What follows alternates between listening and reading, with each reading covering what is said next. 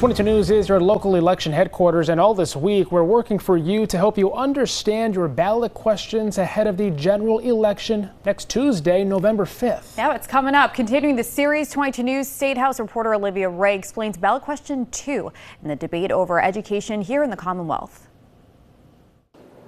Today, 22 News is diving into question 2, which asks whether Massachusetts should get rid of MCAS standardized testing as a high school graduation requirement.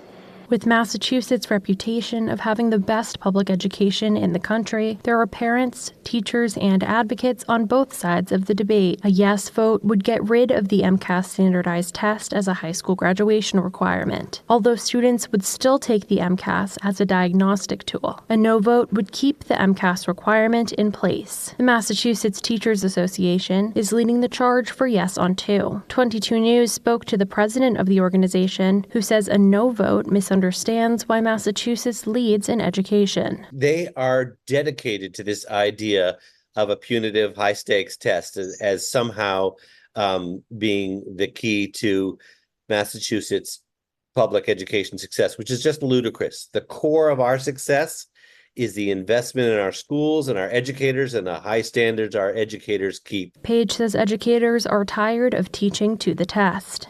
But some teachers think the MCAS testing is essential to ensure that students across the state are meeting the same educational benchmarks. 22 News spoke to an 8th grade math teacher from Agawam, who says there are other ways to help students who fail to pass, besides getting rid of the test completely.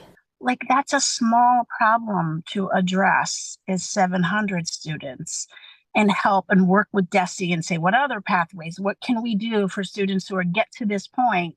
What is it we can do next? A Springfield public school teacher told 22 News that he has concerns about the state's standards without an MCAS test that could differ from district to district. Your zip code should not define the quality of education you receive, right? Like, that to me is what makes a public education.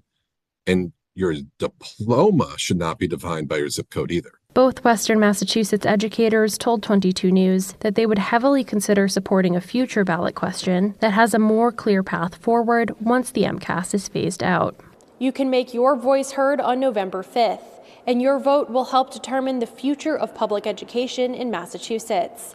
Working for you from the State House in Boston, I'm Olivia Ray, 22 News.